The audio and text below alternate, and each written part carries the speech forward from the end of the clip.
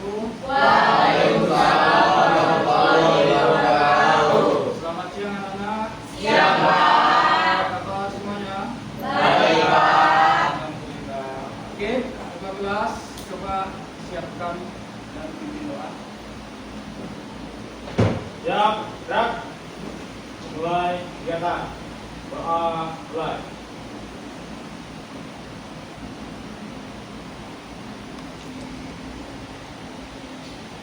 Selesai.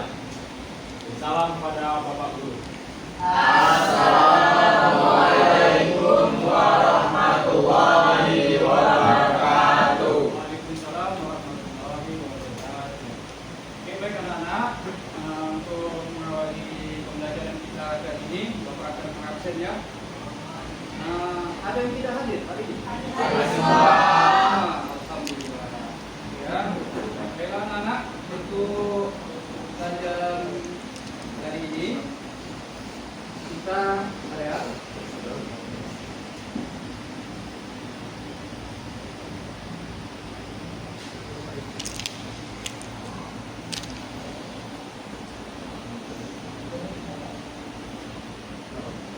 Oke, kita akan membahas materi kita pada hari ini adalah kecerdasan artifisial atau bahasa kerennya AI.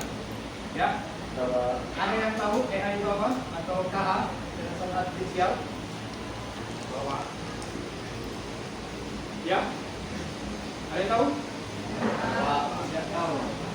Apakah anak-anak sekalian pernah mendengar kata kecerdasan artifisial? Ya. Oke. Belum? Belum. Ada yang pernah, ada yang Belum. Jadi ada yang tahu nggak apa itu kecerdasan artifisial? Ya. Yang pernah dengar? Pernah. Baiklah, anak-anak. Untuk materi kita yaitu kecerdasan artifisial, yaitu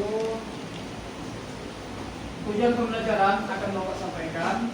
Yang pertama, peserta didik mampu menjelaskan konsep dasar kecerdasan artifisial atau AI dengan menggunakan bahasa sendiri. Yang kedua, peserta didik mampu menjelaskan jenis-jenis kecerdasan artifisial. Ya, saya paham ya? Ya. Oke, lanjut. Ini ada tampilan. Jadi anak-anak sekalian, apakah anak-anak pernah mengenali ikon berikut? Di mana? Terus di tempel. Coba Bapak tanya, yang ini ikon apa? AI apa? ChatGPT. Yang ini Google Assistant. Yang ini Google Ini Google Maps. Ini kalau ini semua ada tulisannya ya, ChatGPT ini. Ini nggak ada tulisannya. Apa ini? SID. Di mana pernah lihat SID? Handphone. Oke, dia apa ya? Termasuk untuk unlock ya? Ya. Jadi ChatGPT ini dan Gemini ini fungsinya sama. Ya, fungsinya sama. Kalau Google Assistant, ada pernah pakai Google Assistant? Pernah enggak? Nah, misalkan, halo Google, tolong buka WhatsApp, seperti itu ya? Ya enggak? Halo Google, tolong panggil siapa? Ya, di kontakku panggil. Kalau Google Map, pernah pakai enggak Google Map? Mau kemana?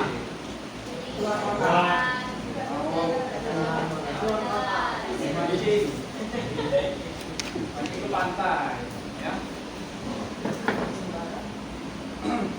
Oke, anak. Selanjutnya,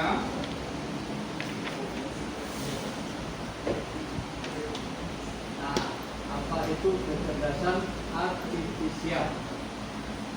Ada yang paham? Kecerdasan artifisial. Contohnya tadi udah ChatGPT, Google Gemini, bagi Google Map, yang lain-lain ya. Oke, apa itu kecerdasan artifisial? Kecerdasan artifisial atau kecerdasan buatan atau artificial intelligence (AI) adalah cabang ilmu komputer yang fokus pada penciptaan mesin atau program yang mampu meniru kemampuan kognitif manusia. Kemampuan ini termasuk belajar, memecahkan masalah, mengenali pola, memahami bahasa, dan membuat keputusan. Oke?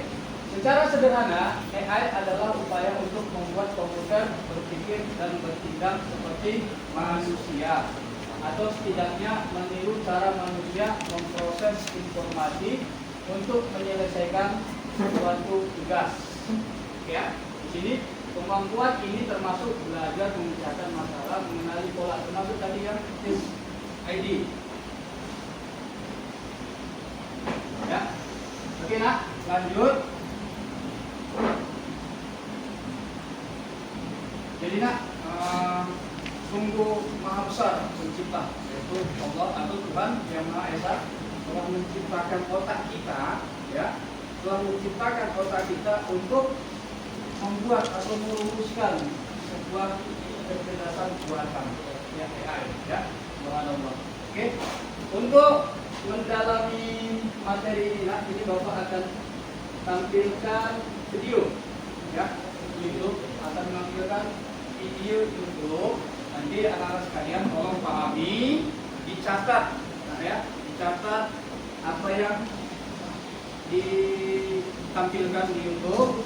Kemudian nanti kita pahami, kita uraikan. Siap nak ya? Siap.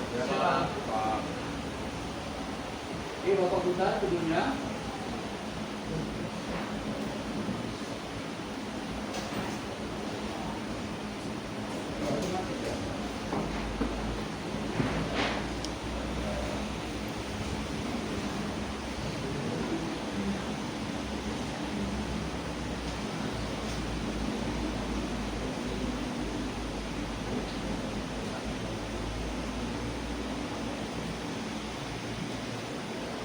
Karena Bapak lupa koneksi internetnya tak terhubung.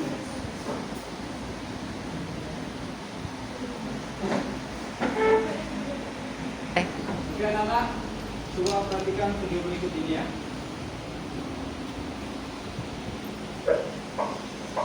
Dengar kan suaranya kan?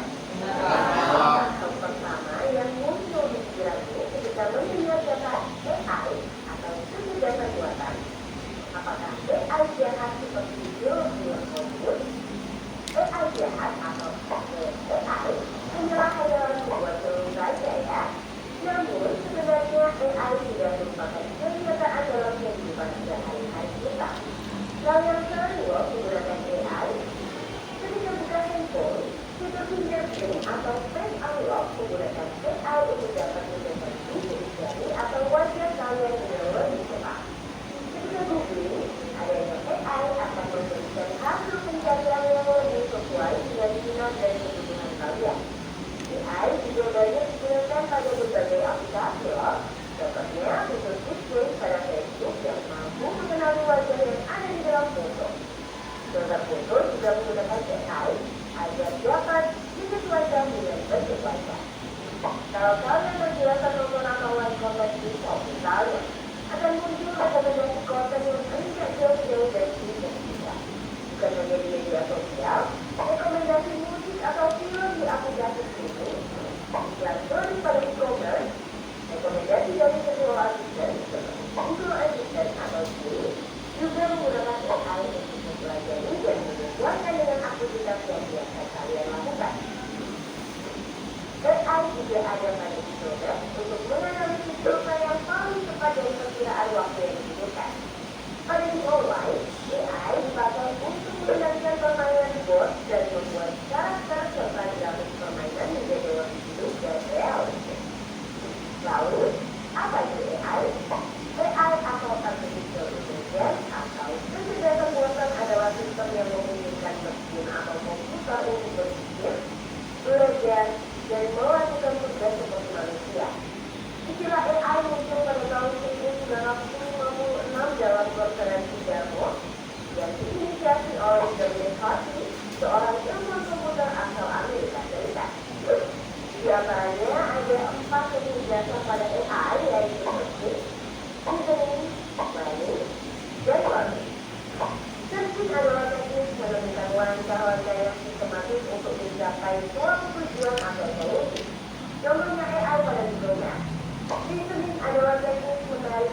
dilakukan berdasarkan fakta-fakta yang ada. Contohnya, AI pada aplikasi pendiagnosa penyakit. Planning adalah teknik memberikan masalah kompleks ke dalam sejumlah operasi yang lebih sederhana. Contohnya, AI pada mesin perakitan kendaraan. Planning adalah teknik mengajarkan pola-pola data untuk memperoleh pengetahuan. Contohnya, AI pada sistem mobil tanpa pengemudi. Lalu, apa saja ya keunggulan menggunakan AI? AI dapat menyelesaikan tugas dengan cepat dan efisien sehingga dapat menghemat waktu dan sumber daya. AI dapat menganalisis data yang besar dan kompleks serta menemukan pola dan tren dari data tersebut. AI dapat bekerja secara konsisten dan mengurangi kemungkinan human error yang biasanya disebabkan oleh faktor kelelahan atau ketidaktelitian manusia. Selain itu, AI dapat bekerja di 24 jam penuh, tidak seperti manusia yang terbatas. Sebaliknya, apa risiko menggunakan AI? Kuat. Selain itu, ada juga risiko keamanan privasi. AI dapat merekam informasi disalahgunakan untuk tindakan kejahatan. AI memberikan kemudahan dan dapat melakukan pekerjaan manusia. Namun, kemudahan ini dapat memicu sifat malas dan serba instan. Selain itu, orang bisa saja kehilangan pekerjaan karena digantikan oleh AI. Contohnya, pekerjaan customer service yang mulai digantikan dengan sebuah AI. Selain digunakan dalam kehidupan sehari-hari, AI juga dimanfaatkan dalam berbagai bidang.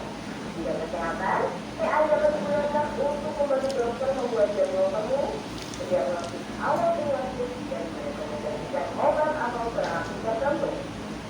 Di bidang keamanan, AI digunakan dalam kamera untuk mendeteksi adanya aktivitas yang mencurigakan. AI juga digunakan dalam keamanan cyber untuk mendeteksi serangan di dunia maya. Di bidang keuangan, AI digunakan untuk menganalisis tren pasar, memprediksi perubahan, dan mengelola risiko investasi. AI juga dapat membantu dalam mendeteksi transaksi keuangan yang mencurigakan. Di bidang bisnis, AI digunakan untuk menargetkan iklan yang lebih spesifik dan personal serta menjawab pertanyaan dan menerima keluhan konsumen. Di bidang otomotif, AI digunakan pada mobil untuk mengetahui rute dan menghindari tabrakan. Pabrik otomotif juga menggunakan AI agar proses produksi teknologi efisien dan terjamin kualitasnya. Di bidang logistik, AI dapat merencanakan rute pengiriman yang paling efektif sehingga mengurangi biaya operasional dan waktu tempuh. Di bidang pertanian, AI digunakan dalam memantau kondisi tanaman, mengendalikan hama dan infeksi tanaman, serta memprediksi hasil panen.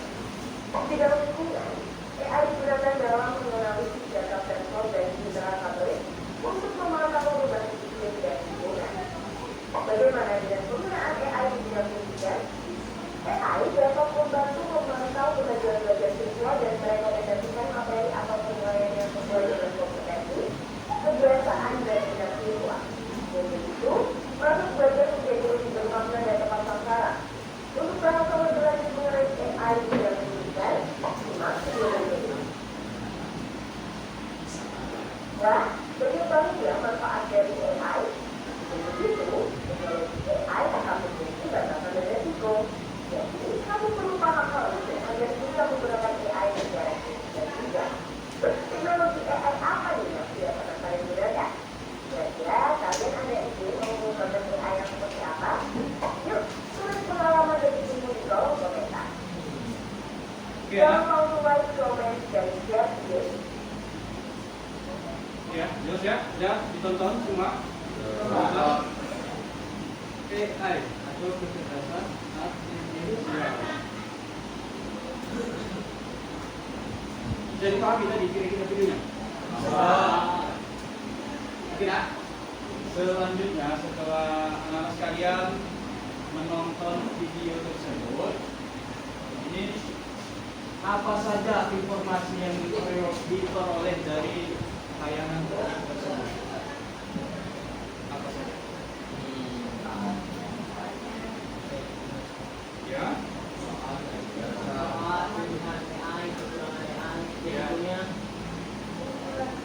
Ya.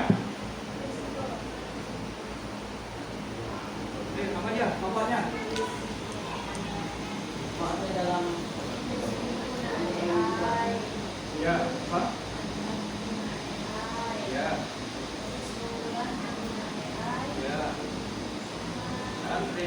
juga ya. Resiko. Oke, terus.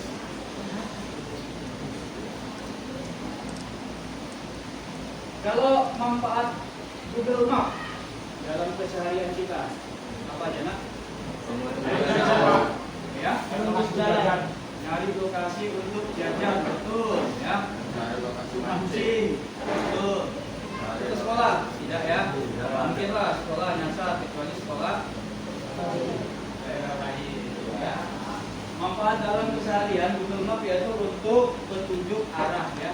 Dalam, misalkan contohnya ada tamu dari Pekanbaru ke sekolah kita, maka untuk mempermudah dia menggunakan Google Map. Nah, ayo nak, coba cari tahu lebih banyak lagi tentang AI sederhana yang dapat digunakan dalam kehidupan sehari-hari untuk mempermudah penggunaan. Ya, AI sederhana yang dapat digunakan dalam kehidupan sehari-hari untuk mempermudah penggunaan. Ini ya, tentunya manfaat dalam keseharian. ChatGPT, tentunya ChatGPT kalau kalian untuk pelajar, apa manfaatnya? Saya tugas, ya contoh misalkan apa tugasnya?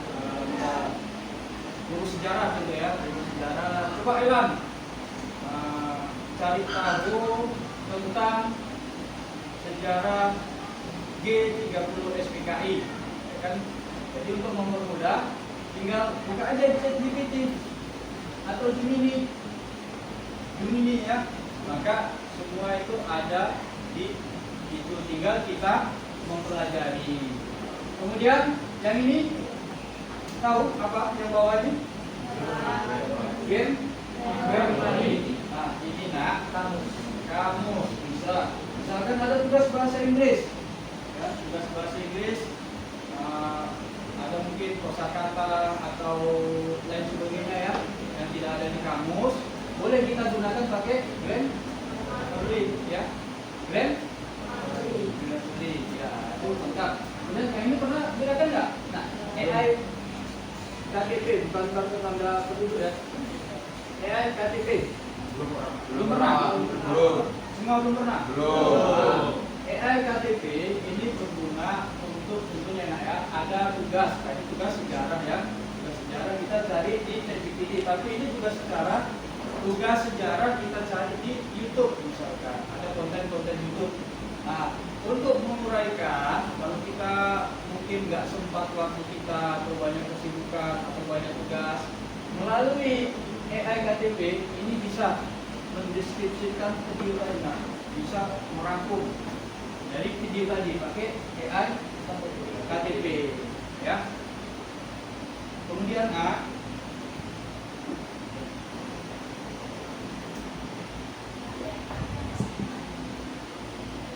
masih banyak lagi ya yang lainnya yang belum pernah kita belum pernah atau belum kenal ya, atau belum pernah kita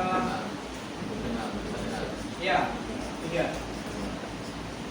Sampai sini ada yang bertanya?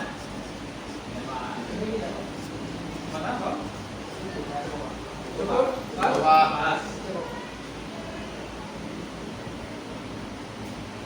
Mas ya.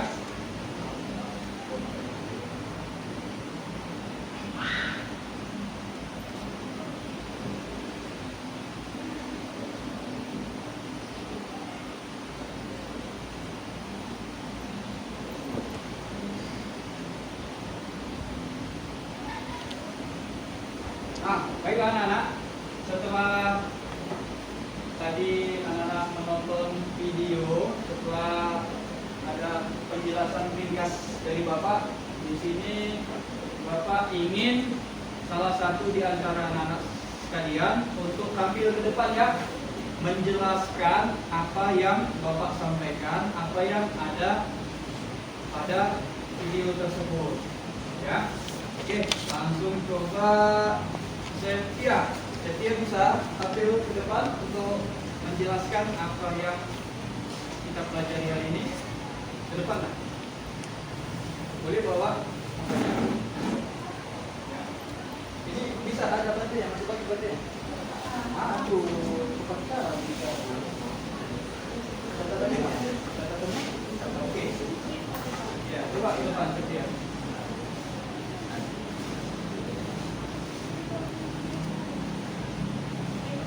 Oke, silakan. Itu bagus baterainya.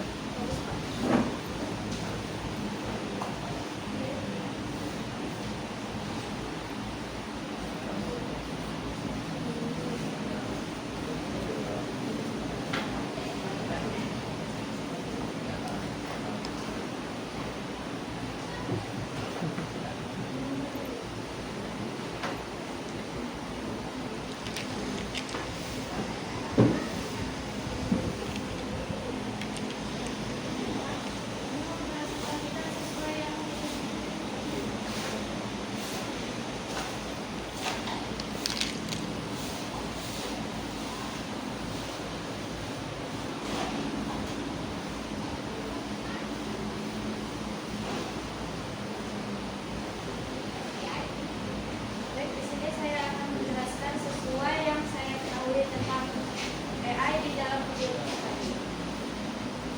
Saya mengambil akan menjelaskan tentang AI dalam bidang kesehatan. Di dalam bidang kesehatan, AI dipakai untuk mengetahui pengobatan personalisasi. AI juga membantu menciptakan terapi yang disesuaikan dengan kebutuhan individu berdasarkan data genetik, riwayat kesehatan, dan gaya hidup.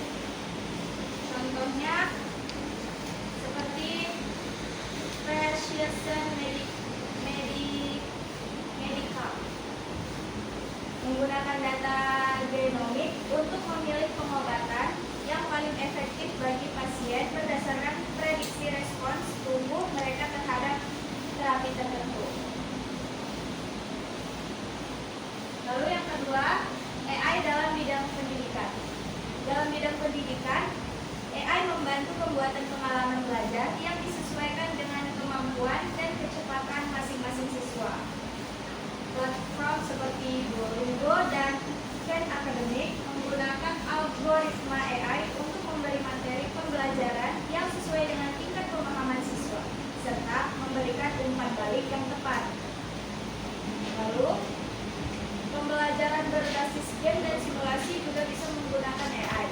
AI digunakan untuk menciptakan permainan edukatif atau simulasi interaktif yang membantu siswa untuk mempelajari konsep-konsep yang rumit dalam bidang sains, matematika, baik matematika ataupun sejarah dengan cara yang menyenangkan. Lalu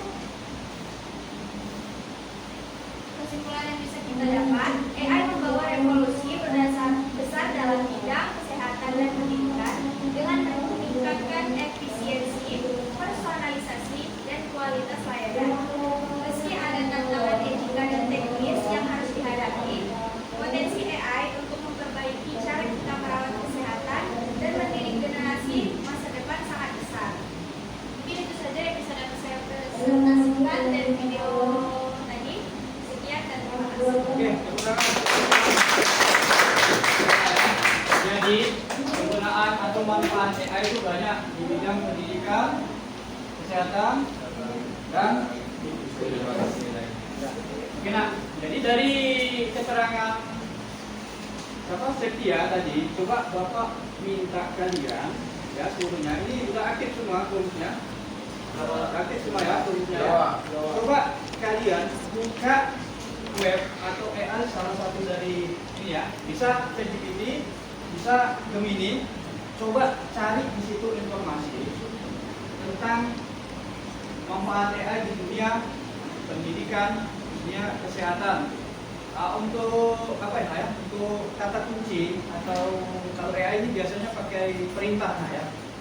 Buatkan, pakai perintah. Coba nak, terserah mau ChatGPT, mau Gemini, atau mau KTP, terserah. Sama Bapak dua itu aja, buat dulu. coba cari manfaat tentang pendidikan, kesehatan,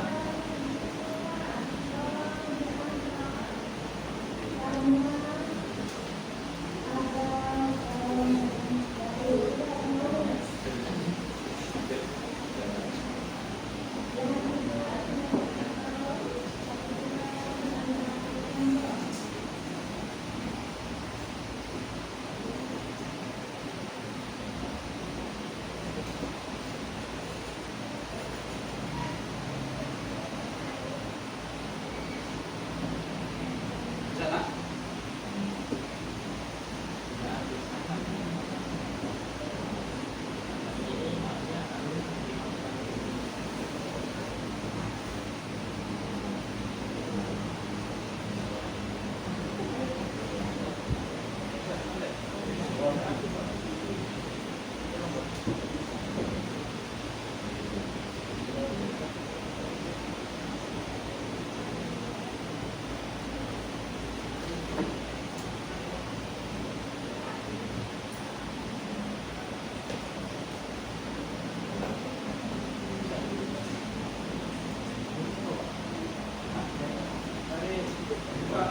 Ini atau ChatGPT.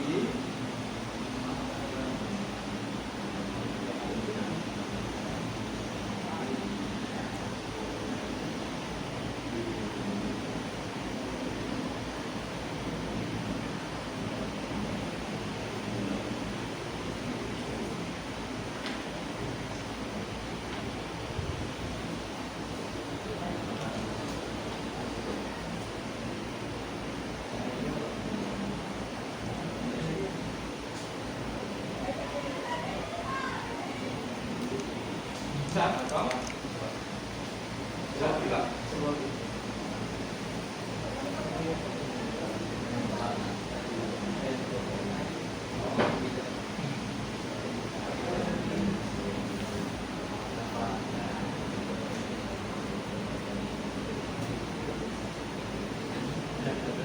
bisa AI-nya bisa dibalas enggak apa yang diminta? Coba bisa.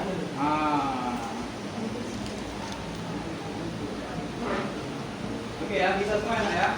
Coba. Jadi manfaat AI sebetulnya di bidang pendidikan bisa mempermudah kita, membantu kita untuk menyelesaikan tugas-tugas. Oke enak ya. Tadi sudah dijelaskan oleh teman kita atau si siapa? Dia. Di sini Pak, Bapak menyimpulkan ya, AI manfaatnya itu banyak ya, salah satunya. Tapi AI juga berisiko ya sama kita, contohnya data kita ya, atau data